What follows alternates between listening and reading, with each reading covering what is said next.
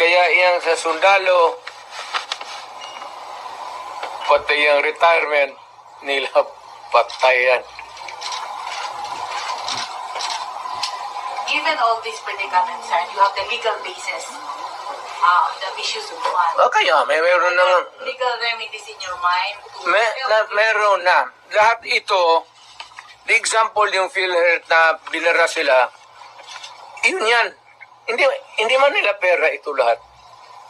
Ito ang problema ngayon. Gastusin nila ito, naiwan what is left from the original nila. Kagaya nitong PhilHealth, 89 billion. Ang naiwan ay 29 billion na lang.